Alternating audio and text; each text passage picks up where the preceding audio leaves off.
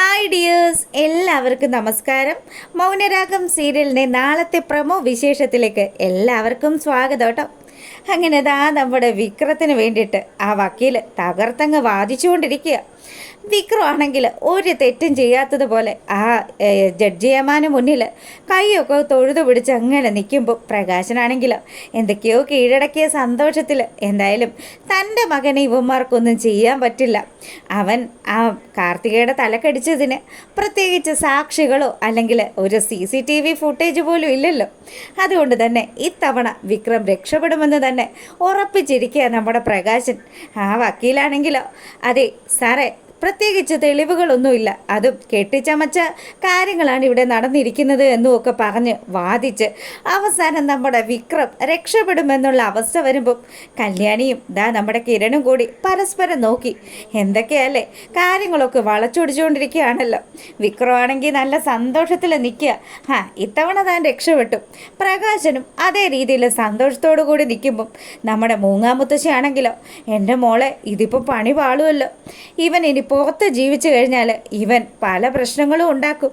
ഇനി കാർത്തികയുടെ ജീവൻ എടുക്കാനായിരിക്കില്ല ഇനി അടുത്ത നടപടി. നമ്മുടെ കല്യാണി മോളുടെ പിന്നാലെ നടന്ന് അവളുടെ ജീവിതം നശിപ്പിക്കാനായിരിക്കും ഈ ദുഷ്ടന്മാർ അവളുടെ പിന്നാലെ വരിക. എന്തായാലും അമ്മ ഒന്ന് സമാധാനമായിട്ടിരിക്കുക. ജഡ്ജി അദ്ദേഹം എന്താ പറയുന്നതെന്ന് അറിയണമല്ലോ.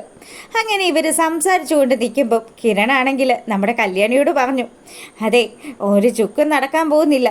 ഇന്നെന്തായാലും വിക്രം റിമാൻഡിൽ പോകുമെന്നുള്ള കാര്യത്തിൽ എനിക്ക് ഒരു സംശയമില്ല. എന്നാലും കിരണേട്ട അവനെതിരെ നമുക്കൊന്നും ഹാജരാക്കാൻ പറ്റിയില്ലല്ലോ. എൻ്റെ കല്യാണി നീയൊന്ന് വെയിറ്റ് ചെയ്യുന്ന കിരൺ പറയുക. അങ്ങനെ അവിടെ ആ ഒരു ജഡ്ജിയമ്മൻ പുള്ളിക്കാരൻ പറഞ്ഞു, അതെ ഇനിയിപ്പം വാദിഭാഗത്തിന് എന്തെങ്കിലും പറയാനുണ്ടോ? പ്രതിഭാഗം ഇപ്പോൾ ഇവിടെ എല്ലാ കാര്യങ്ങളും വിസ്തരിച്ച് പറഞ്ഞിട്ടുണ്ട്. അതുകൊണ്ട് നിങ്ങൾക്ക് പറയാനുള്ളത് കൂടി കേൾക്കണമല്ലോ. അപ്പം അതാ അവിടെ എഴുന്നേക്കുകയാണ് നമ്മുടെ കിരണിൻ്റെ ഒക്കെ വക്കീൽ. അങ്ങനെ ആ പുള്ളിക്കാരൻ എഴുന്നേറ്റതും, അതെ സാറേ ഇവനെതിരെ തെളിവില്ലെന്നൊന്നും സാറ് പറയില്ലേ. ഈ വക്കീൽ പറഞ്ഞതൊക്കെ വാസ്തവവിരുദ്ധമാണ്. ഇവൻ ഇതിനു മുന്നേയും ഇവൻ്റെ മുൻ ഭാര്യയായിരുന്ന ശരണ്യയുടെ ഭർത്താവിൻ്റെ തലയടിച്ച് പൊട്ടിക്കുകയൊക്കെ ചെയ്തിട്ടുള്ളതാണ്. അങ്ങനെ പല കേസുകളും ഈ വിക്രമാദിത്യൻ്റെ പേരിൽ നിലവിലിവിടെ ഉണ്ടായിരുന്നതുമാണ്. അവൻ ശിക്ഷ അനുഭവിക്കപ്പെട്ടിട്ടുള്ളതുമാണ്. ആ കുറ്റങ്ങളൊക്കെ കോടതിയിൽ തെളിഞ്ഞതുകൊണ്ടാണ് ഈ പറയുന്ന വ്യക്തി ഈ വിക്രത്തിന് ജയിലിൽ പോകേണ്ടി വന്നത്. അതുകൊണ്ട് സാറേ ഈ കാര്യങ്ങൾ കൂടി സാറന്മാരൊന്ന് പരിശോധിക്കണമെന്ന് നമ്മുടെ കിരണിൻ്റെയൊക്കെ വക്കീൽ അവിടെ പറയുക. അപ്പം അതൊക്കെ കേട്ട് കഴിഞ്ഞപ്പം ജഡ്ജി പറഞ്ഞു, ഇനി നിങ്ങൾക്കാരെങ്കിലും സാക്ഷികളെ ഹാജരാക്കാനുണ്ടോ? ഉണ്ടല്ലോ സാറേ, ഏറ്റവും വലിയൊരു സാക്ഷി. ആ സാക്ഷി പറയുന്ന കാര്യങ്ങളൊക്കെ കേട്ട് കഴിഞ്ഞാൽ സാറന്മാർക്ക് കാര്യങ്ങൾ പിടികിട്ടും. ഇവൻ ചില്ലറക്കാരനല്ല എന്നും ഇവനൊരു ക്രിമിനൽ ആണെന്നുള്ള കാര്യം എന്തായാലും നിങ്ങൾക്ക് മനസ്സിലാവും. പിന്നെ ഇവൻ്റെ പേരിൽ മറ്റൊരു കേസ് കൂടി ഇപ്പം ചാർജ് ചെയ്തിരിക്കുക. അതെന്താണെന്ന് അറിയോ? അത് നമ്മുടെ രാജപ്പനെ തല്ലിയ കേസ്. അപ്പം രാജപ്പൻ്റെ ബോധമൊക്കെ പോയി ഇപ്പം ഇളകി നടക്കുന്ന അവസ്ഥയിലാണല്ലോ. അതുകൊണ്ട് തന്നെ രാജപ്പൻ്റെ കേസൊക്കെ നമ്മുടെ കിരണും കല്യാണിയും കൂടി ഈ കോടതിയിൽ സെറ്റ് ചെയ്ത് വെച്ചിരിക്കുക. അപ്പം രണ്ടാമത്തെ പരാതി കൂടിയായി. അങ്ങനെയുള്ള സ്ഥിതിക്ക് ഇനിയിപ്പോൾ സാക്ഷിയെ വിസ്തരിക്കാമെന്ന് ആ ജഡ്ജി പറയുക. അങ്ങനെ സാക്ഷിയായിട്ട് അവിടെ വന്ന് നിൽക്കുന്നത് നമ്മുടെ ദീപയെ കണ്ടപാടെ തന്നെ പ്രകാശനാണെങ്കിലോ സ്വന്തം മകനെതിരെ കോടതിയിൽ സാക്ഷി പറയാൻ വന്ന് നിൽക്കുന്നത്. ഇവളൊക്കെ ഒരു അമ്മയാണോ എന്നൊക്കെ ആലോചിച്ചുകൊണ്ട് നിൽക്കുക. അപ്പോൾ ദീപയോട് നമ്മുടെ മൂങ്ങ പറഞ്ഞു, മോളെ നീ ഒരു കാരണവശാലും പേടിക്കരുത്. നീ ധൈര്യത്തോടു കൂടി തന്നെ കാര്യങ്ങളൊക്കെ പറയണം. മറ്റാരെക്കാട്ടിലും നന്നായിട്ട് അവനെക്കുറിച്ച് അറിയാവുന്നത് നിനക്ക് തന്നെയാണ്. അതുകൊണ്ട് നീ വിശദമായിട്ട് പറയണം. ഒരു കാരണവശാലും ഇവൻ ഇവിടെ നിന്ന് രക്ഷപ്പെടരുത്. അങ്ങനെ ഇത്രയും കാലവും വളർത്തി വലുതാക്കിയ നമ്മുടെ മൂങ്ങാമുത്തശ്ശിയും അതുപോലെ പെറ്റമ്മയായിട്ടുള്ള ദീപയൊക്കെ വിക്രത്തിനെതിരെ തിരിയുക. അങ്ങനെ നമ്മുടെ ദീപയോട് വക്കീൽ ചില ചോദ്യങ്ങളൊക്കെ ചോദിക്കാൻ തുടങ്ങി. നിങ്ങൾ ഇവൻ്റെ അമ്മയല്ലേ എന്ന് ചോദിച്ചു. അതെ സാറേ, എന്ത് ചെയ്യാനാ? ഇങ്ങനെയുള്ള ഒരുത്തൻ എൻ്റെ വയറ്റിലാണ് വന്ന് പിറന്നത്. ഇനിയിപ്പോൾ പറഞ്ഞിട്ട് കാര്യമൊന്നും ഇല്ലല്ലോ സാറേ. അതുകൊണ്ട് ഇവനെക്കുറിച്ച് അറിയാവുന്ന കാര്യങ്ങളൊക്കെ ഞാൻ സാറിനോട് പറഞ്ഞു തരാം. ഇവൻ ഇതിനു മുന്നേ ഒരുപാട് കാര്യങ്ങൾ ചെയ്തിട്ടുണ്ട് സാറേ.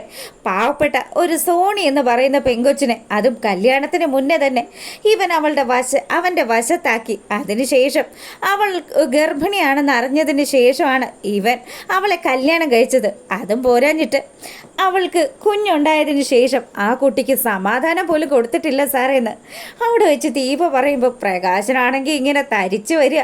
ശരിക്കും ദേഷ്യം വന്ന് നമ്മുടെ പ്രകാശൻ്റെ മുഖമൊക്കെ അങ്ങ് ചുമന്നു. വിക്രമാണെങ്കിൽ ഇവരെന്തൊക്കെയാണ് വിളിച്ച് പറയുന്നതെന്ന് ആലോചിച്ച് നിൽക്കുക. അപ്പം നമ്മുടെ ശരണ്യയുടെ കാര്യവും അതുപോലെ കല്യാണിയെ അപായപ്പെടുത്താൻ ശ്രമിച്ചതും പിന്നീട് ഇപ്പോൾ കാർത്തികയെ തല്ലി ഇങ്ങനെ അവശതയിലാക്കിയ കാര്യങ്ങളും ഒക്കെ ദീപ എണ്ണി എണ്ണി പറയുക. സാറേ, 10 മാസം ഇവനെ നൊന്ത് പ്രസവിച്ച അമ്മയാണ് ഞാൻ. അതുകൊണ്ട് ഞാൻ ഒരിക്കലും കളവ് പറയില്ല സാറേ. എല്ലാ മക്കളും നന്നായിട്ട് ജീവിക്കണമെന്ന് ആഗ്രഹിക്കുന്ന ഒരമ്മയായതുകൊണ്ട് തന്നെ ഞാൻ ഒരിക്കലും എൻ്റെ മകൻ നശിക്കാൻ വേണ്ടിയിട്ട് ആഗ്രഹിക്കില്ല.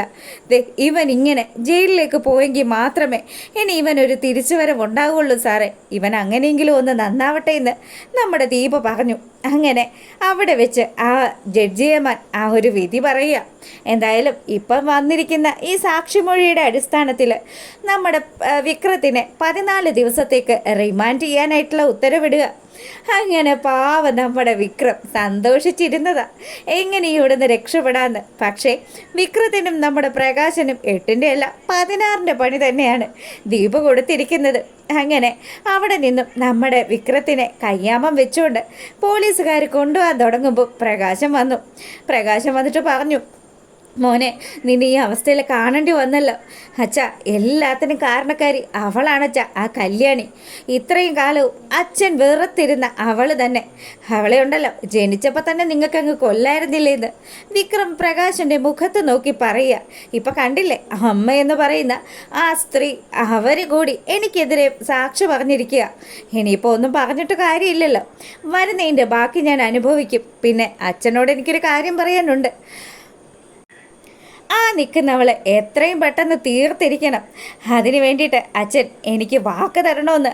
പ്രകാശനാണെങ്കിൽ ആകെ സ്തംഭിച്ച് നിൽക്കുക. അപ്പുറത്ത് ദീപയും അതുപോലെ നമ്മുടെ മൂങ്ങാമുത്തശ്ശിയും ഒക്കെ നിൽക്കുക. അപ്പോൾ ദീപയുടെ അടുത്തേക്ക് നമ്മുടെ പ്രകാശൻ ചെന്നിട്ട് പറഞ്ഞു, എടി, നിനക്ക് സമാധാനമായല്ലേ? സ്വന്തം മകന് വേണ്ടിയിട്ടല്ലേടി നീ ഇപ്പോൾ സാക്ഷി പറഞ്ഞത്? നിന്നെയൊക്കെ എന്താടി ചെയ്യേണ്ടതെന്നൊക്കെ പറഞ്ഞ് ദീപയുടെ മെക്കിട്ട് കയറാൻ തുടങ്ങുക പ്രകാശൻ. ഈ സമയമാണെങ്കിലോ, എടോ, ഞാൻ ഇതുവരെ ഈ കോടതിയിൽ പറഞ്ഞതൊക്കെ സത്യം തന്നെയല്ലേ? താനല്ലേടോ പറഞ്ഞത് ആ കാർത്തിക മോള് തൻ്റെ സ്വന്തം ചോരയിൽ പറഞ്ഞ പെണ്ണല്ലേ? എന്നിട്ടാണോ താൻ അവളോട് ഈ ക്രൂരത കാണിച്ചത്? ഇതുപോലെയുള്ളൊരു കള്ളനെ ഈ രീതിയിൽ വളർത്തിയെടുത്തത് താൻ ഒറ്റൊരുത്തനാണോ എന്നൊക്കെ പറഞ്ഞ് ദീപയാണെങ്കിൽ ഷൗട്ട് ചെയ്ത് സംസാരിക്കുക. അപ്പം നമ്മുടെ മൂങ്ങാമുത്തശ്ശി പറഞ്ഞു, എടാ ദേ, ഇന്ന് ദീപ കരുതി കൂട്ടി തന്നെയാണ് വന്നിരുന്നത്. അവൾ അവിടെ വെച്ച് ഈ മൊഴി പറഞ്ഞില്ലെങ്കിൽ ഉറപ്പായിട്ടും ഇവനെതിരെ ഞാൻ കയറി സാക്ഷി പറഞ്ഞേനേന്ന് നമ്മുടെ മൂങ്ങാമുത്തശ്ശി കൂടി പറഞ്ഞപ്പോൾ പ്രകാശനാണെങ്കിൽ എല്ലാത്തിനെയും ഞാൻ കാണിച്ചു തരാം. എൻ്റെ പൊന്നു മോനെ നിങ്ങളെല്ലാവരും കൂടി ചേർന്ന് ജയിലിലാക്കിയില്ലേ, എല്ലാത്തിനെയും കാണിച്ചു തരാമെന്നൊക്കെ പറഞ്ഞ് ഇങ്ങനെ കൈയൊക്കെ ചൂണ്ടി സംസാരിക്കുക. അപ്പോഴും നമ്മുടെ കല്യാണി പറഞ്ഞു, നിങ്ങൾ എന്ത് കാണിക്കാനായി? ഈ 3 അറ്റാക്ക് കഴിഞ്ഞ നിങ്ങൾ ഇനി ഞങ്ങളെ ഒരു ചുക്കും ചെയ്യാൻ പോകുന്നില്ല. എടോ, ഇത്രയും കാലവും താൻ നന്നാവുന്ന കാര്യത്തെക്കുറിച്ച് ചിന്തിച്ചിട്ടേ ഇല്ലല്ലോ. തൻ്റെ ജീവിതത്തിൽ എത്രയെത്ര തിരിച്ചടികൾ ലഭിച്ചു എന്ന് കിരൺ നമ്മുടെ പ്രകാശനോട് പറയുക. അപ്പോൾ ഇതൊക്കെ കേട്ട് നിൽക്കുമ്പോൾ പ്രകാശന് പിന്നെ പറയാൻ മറുപടിയൊന്നുമില്ല. അങ്ങനെ പ്രകാശൻ തോറ്റു തുന്നം പാടി പോകുന്ന സമയത്ത് നമ്മളെ കാണിക്കുന്നത് റിമാൻഡിലായിട്ടുള്ള നമ്മുടെ വിക്രം ചെല്ലുന്നത് ഗംഗാപ്രസാദുള്ള ആ ഒരു ജയിലിലേക്കാണ്. അങ്ങനെ അവിടെ വെച്ച് ഗംഗാപ്രസാദും നമ്മുടെ വിക്രവും അവരുടെ ഒരു കോമൺ യൂണിഫോമിൽ കാണുമ്പോൾ ശരിക്കും പറഞ്ഞാൽ നമ്മുടെ ഗംഗയൊന്നും ഞെട്ടി. എന്ത് ചെയ്യാനാ, തൻ്റെ വലം കൈയാക്കാമെന്ന് വിചാരിച്ചിരുന്നവനാണ് ഇപ്പം അതാ ഇടം കൈയായി സ്റ്റേഷനിൽ വന്നിരിക്കുന്നത്. സ്റ്റേഷനിലല്ല, ജയിലിൽ വന്നിരിക്കുന്നത്. അപ്പോൾ ഇതൊക്കെയാണ് നാളത്തെ വിശേഷത്തിലുള്ളത്. ഇഷ്ടമായിട്ടുണ്ടെങ്കിൽ ഒന്ന് ലൈക്ക് ചെയ്യുക. രാവിലെ നമ്മൾ ഫുൾ വിശേഷമായിട്ട് വരുന്നതായിരിക്കും. അപ്പം എല്ലാവർക്കും ഒരു നല്ല രാത്രി ആശംസിച്ചുകൊണ്ട് ഇന്നത്തെ വീഡിയോ വൈൻഡപ്പ് ചെയ്യാണ്. അപ്പോൾ ഓക്കെ, ഗുഡ് നൈറ്റ്.